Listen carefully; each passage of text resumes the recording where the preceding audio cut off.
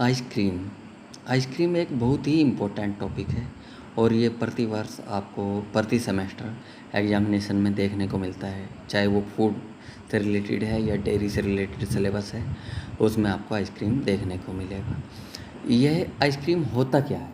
Ice cream एक ठंडा पदार्थ है, यानी जमा हुआ एक पदार्थ है जो इसकी milk powder, cream, sugar, stabiliser, emulsifier, colour तथा फ्लेवरिंग सब्सटेंस को मिलाकर एक मिक्स किया जाता है तथा उसको ठंडा कर दिया जाता है, वह आइसक्रीम कहलाता है।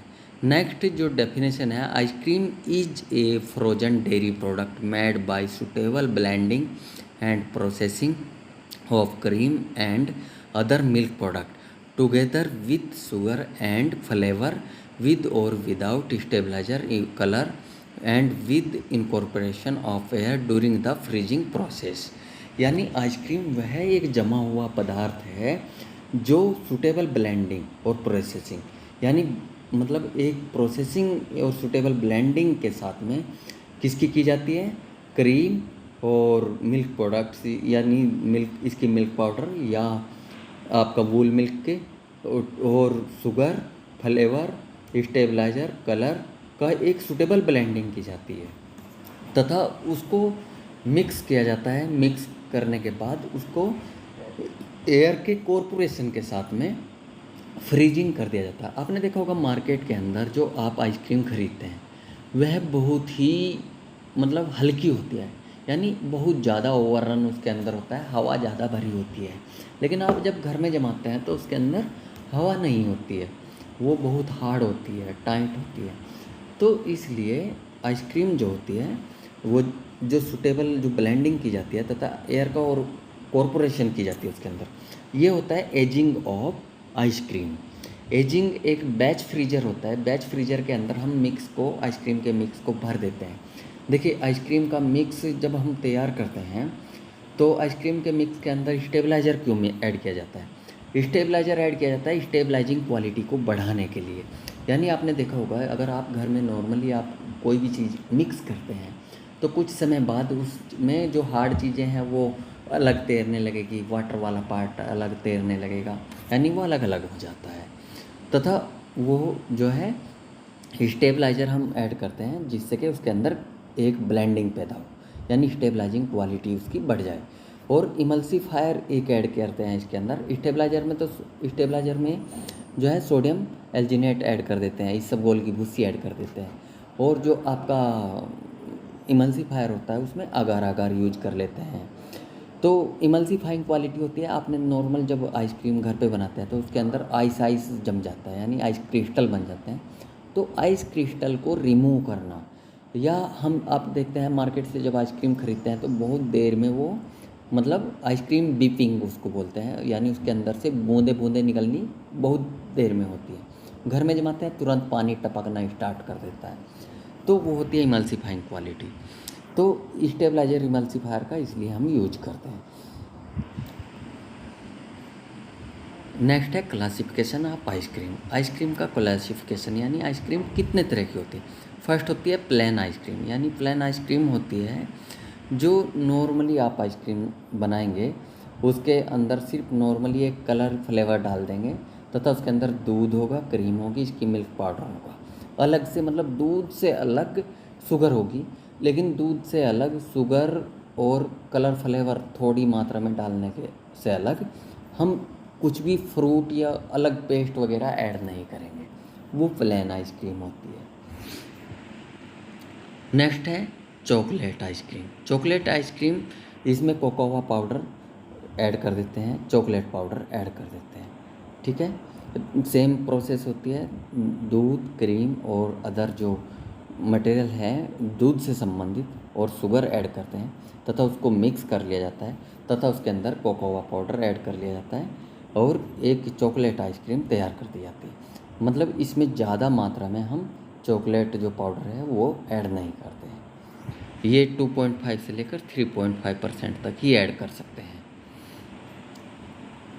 नेक्स्ट है फ्रूट आइसक्रीम।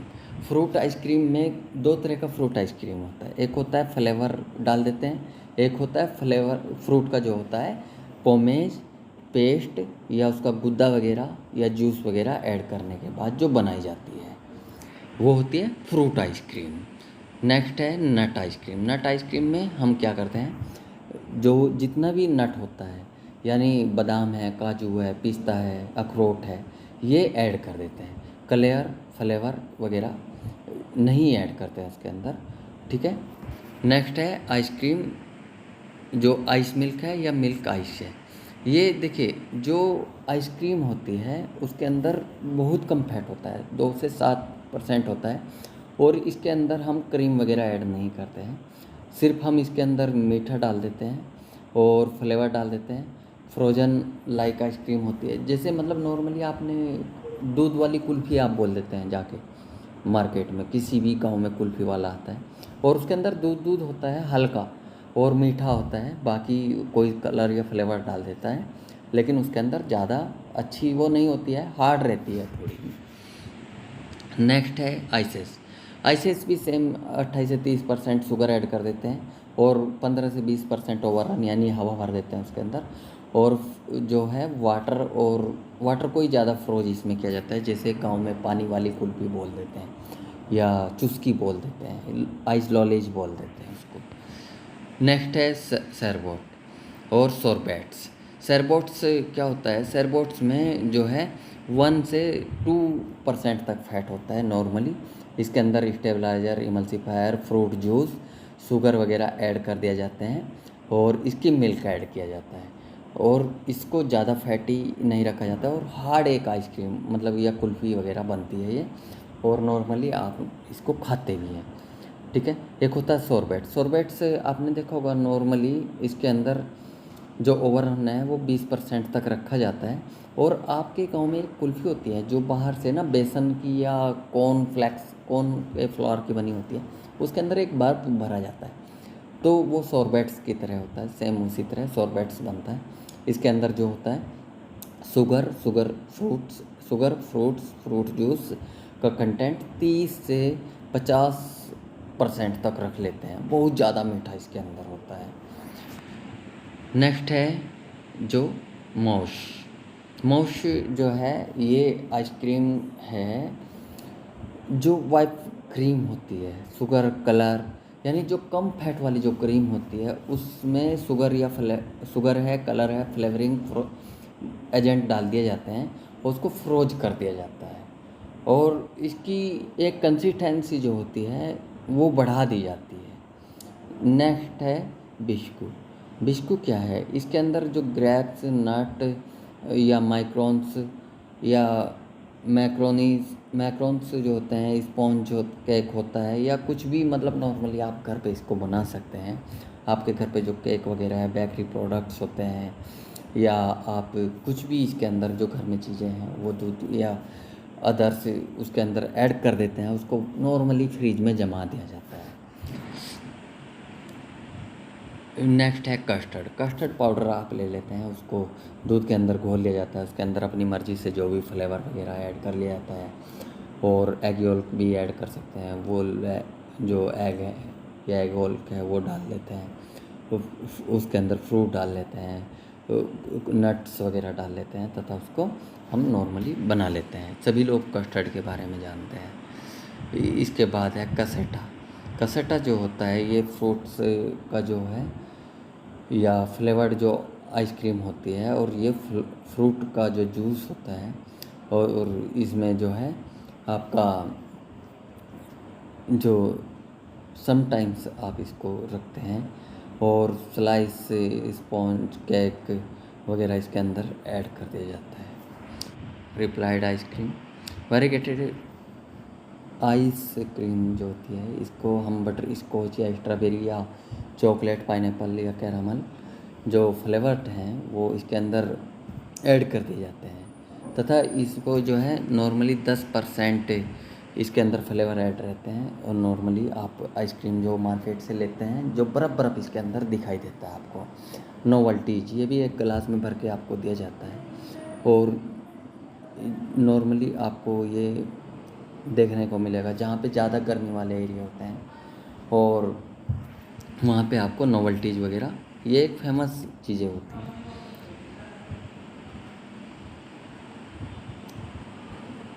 पडिंग्स।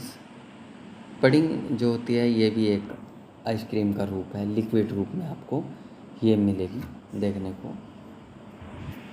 तथा कभी कभी ये स्पाइसेस या एग्स, आप नॉर्मली मसाला वाली कुछ मसाला कोल्ड ड्रिंक वगैरह देखते हैं मार्केट में, उसी तरीके से ये भी होती है। तथा एक मार्केट में खुद बना के देते हैं, वो जमा के दे देते हैं। अब इसके बाद है पेंसीफुल आइसक्रीम है, न्यूयॉर्क आइसक्रीम है, रेनबो आइसक्रीम है, फैंसी मोल्डेड आइसक्रीम है, मोलरीन आइसक्रीम है, सॉफ्ट सर्वे आइसक्रीम है, पाउडर्ड मिक्स आइसक्रीम है, यूएचटी मिक्स आइसक्रीम है, कुल्फ़ी है। कुल्फ़ी देखिए क्या होता है, ये दूध को हम कंडेंस कर लेते हैं, दूध के अंदर से अधिकतर मॉइस्चर यानी 50% मॉइस्चर को उड़ा दिया जाता है, तथा फिर उसको कुल्फ़ी कॉर्न में भरकर हम बर्फ़ लेंगे। पहले एक हिस्सा बर्फ़ का लेंगे, एक हिस्सा जो है वो नमक का लेंगे, तथा उसमें हम उस कॉर्न को भर देंगे। ठीक है, यहाँ आपको देखने को मिलेगा। तथा कॉर्न को भरने के बाद हम उस कॉर्न में शुगर ऐड करेंगे और पहले हम मिक्स तैयार करेंगे। मिक्स में शुगर ऐड करेंगे, फ्लेवर ऐड करेंगे, नट्स या जो भी आप अपनी इच्छा अनुसार इलायची वगैरह ऐड कर सकते हैं, तथा कॉर्न में भरेंगे। और उस कॉर्न को आप इस जो साल्ट और जो आइस का रेशियो है 1:1 का, उसके अंदर बाल्टी वगैरह में भरकर उसके अंदर डाल देंगे, कॉर्न को अच्छे से पैक करके, और कुछ समय के लिए हिला देंगे, तो कॉर्न के अंदर एक कुल्फ़ी तैयार हो जाती है, यानी जमा हुआ बर्फ़ तैयार हो जाता है। मलाई का बर्फ़, मलाई का बर्फ़ ये होता है, मार्केट में आपने देखा होगा, बर्फ़ तैयार करते हैं तथा उसको मलाई में एक डीप करके आपको दे दिया जाता है। नेक्स्ट है आपका composition of ice cream. Composition of ice cream में आपको मिलेगा, देखिए आइसक्रीम 3 तरह की होती है। एक होती है जो low fat ice cream, mid fat ice cream और हाई फैट आइसक्रीम। जो नॉर्मली आइसक्रीम होती है हाई फैट आइसक्रीम, वो फूड सेफ्टी के अकॉर्डिंग टोटल सॉलिड 36% होता है। वेट मिनिमम जो होता है 525 ग्राम पर लीटर होता है, यानी इसके अंदर जो ओवररन होता है 475 ग्राम ओवररन रहता है। 475 जो है ओवररन रहता है, यानी 1 लीटर में 525 ग्राम ये आएगी। मिल्क फैट जो होता है 10% रहता है, तथा प्रोटीन 3.5 रहता है। मिड फैट जो आइसक्रीम होती है, मिड फैट आइसक्रीम 30% जो टोटल सॉलिड होता है, 475 जो है ग्राम आएगी 1 लीटर में। 2.5 जो इसका मिल्क फैट रहता है, और जो है इसका 3.6% प्रोटीन होता है। लो फैट में 26% टोटल सॉलिड, 475 ग्राम जो 1 लीटर में आएगी, और 2.5% इसका मिल्क फैट रहता है, और 3 जो है % प्रोटीन इसके अंदर अवेलेबल होती है। प्रिपरेशन ऑफ आइसक्रीम, ये एक इम्पोर्टेंट टॉपिक है। देखिए न्यूमेरिकल अगर मैं बता देता हूँ, 100 किलोग्राम आपको आइसक्रीम मिक्स तैयार करना है, 10% फैट, 12% एसएनएफ और 15% उसके अंदर शुगर रखना है, 5% 0.5% उसके अंदर स्टेबलाइजर इमल्सिफायर ऐड करना है, और 1% उसके अंदर ड्राई फ्रूट ऐड करने हैं। तो हमको क्या करना है, उसके 40% फैट वाली हमारे पास जो इंग्रेडिएंट्स है, क्रीम है 40% फैट वाली, दूध है 6% फैट वाला, और SMP यानी इसकी मिल्क पाउडर है, उसके अंदर 0.5% फैट है, और 96.5% SNF है। और ये जो है आपका मिल्क है, मिल्क के अंदर 6% फैट है और 9% SNF है। ये आपको देखने को मिलेगा, यानी क्रीम के अंदर 40% फैट, 6.5% SNF, इसकी मिल्क पाउडर के अंदर 0.5% फैट और 96.5% SNF, और मिल्क के अंदर 6% फैट और 9% SNF ये है। अब इसमें हम क्या करते हैं, सबसे पहले तो हम इसको देखते हैं कि हम मान लेते हैं x बराबर मिल्क, ठीक है, और y बराबर क्रीम, और z बराबर इस जो है SNF, यानी z बराबर जो है स्किम मिल्क पाउडर। ये SNF गलत लिखा हुआ है, स्किम मिल्क पाउडर, ठीक है। अब नेक्स्ट जैसे फर्स्ट देखेंगे हम फैट इक्वेशन। फैट इक्वेशन में हम सबसे पहले ले लेंगे कि दूध के अंदर कितना फैट है, यानी x plus y plus z. यानी x दूध के अंदर फैट है 6% और SNF है 9%। तो 6x क्रीम के अंदर कितना फैट है 40, तो 40y, और इसके मिल्क पाउडर के अंदर कितना फैट है 0.5 जेड, और इक्वल टू कितना फैट रखना है हमें 10%, यानी 10% फैट है तो 10% फैट यहाँ रख देंगे। फिर इसके बाद है इक्वेशन नंबर 2 SNF इक्वेशन 9, यानी SNF जो है 9 है दूध के अंदर और 6.5% है क्रीम के अंदर, और इसके अंदर है इसके मिल्क पाउडर के अंदर 96.5% SNF है। तो और टोटल SNF हमको कितना रखना है 12%, यानी यहाँ पे देखिए आप। अब नीचे है फिर नेक्स्ट थर्ड जो इक्वेशन है वेट इक्वेशन। वेट इक्वेशन में हम रखेंगे 1 + 1 + 1 XYZ, ठीक है। फिर वेट इक्वेशन में यानी 15% शुगर है, 0.5% आपका जो है क्या है ये आपका रहेगा स्टेबलाइजर इमल्सिफायर, और 1 जो आपका रहेगा क्या जो ड्राई फ्रूट। यानी आप जब इधर ये तीनों चीज़ें हैं आपने ले ली हैं x + y + z प्लस जो उसके अंदर दूध से अलग प्रोडक्ट ऐड किए गए हैं, ठीक है। अब ये चीज़ें यहाँ से उठाकर हम यहाँ पे रख देंगे तो ये माइनस में आ जाएगा, माइनस कर देंगे 100 में से, तो ये आएगा लगभग 100 में से जब माइनस करेंगे तो 16.5 माइनस हो जाएगा, 16.5 माइनस हो जाएगा यहाँ पे, ठीक है। अब 16.5 माइनस आप करोगे तो ये यहाँ पे आ जाएगा आपका 100 माइनस 16.5, तो 80.55, ठीक है, ये आ जाएगा। अब 1 मतलब ये यहाँ पे बराबर करने के बाद हम 100 की जगह 85.5 रख देंगे। अब इन इक्वेशन को हम सोल्व करते हैं। साइंटिफिक कैलकुलेटर हमारे पास उस समय होना चाहिए, या कोई भी इक्वेशन सोल्व करने के लिए कैलकुलेटर हो हमारे पास, कोई दिक्कत नहीं है।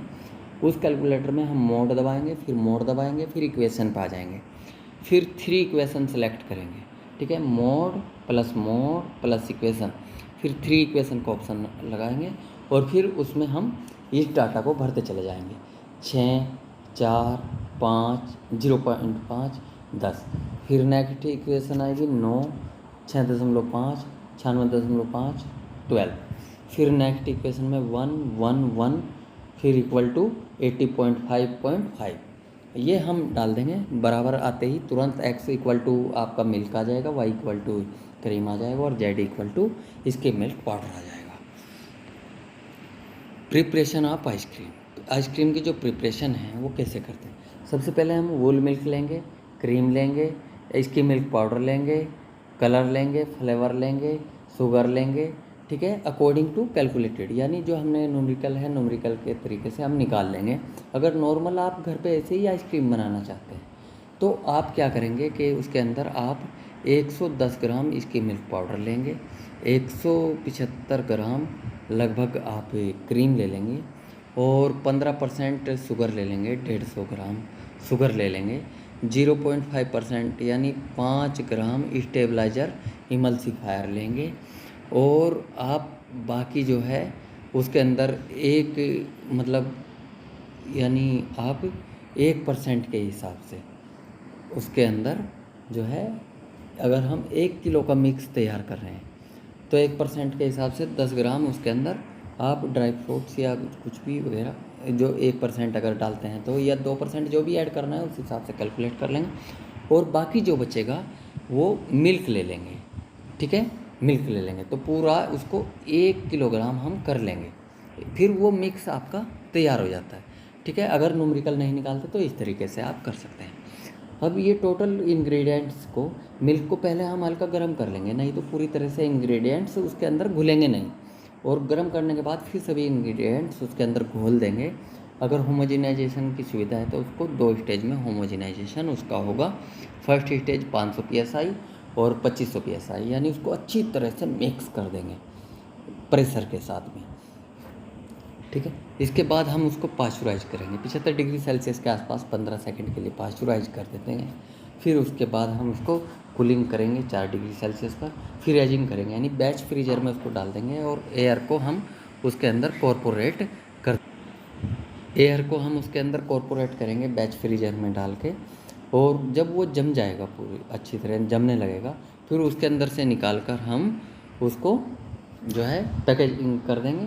और पैकेजिंग करने के बाद हार्डिंग कर देंगे उसकी 6 घंटे के लिए -57 डिग्री सेल्सियस पर, और फिर स्टोरेज में डाल देंगे और फिर उसको कंज्यूमर तक पहुंचा सकते हैं। Thank you.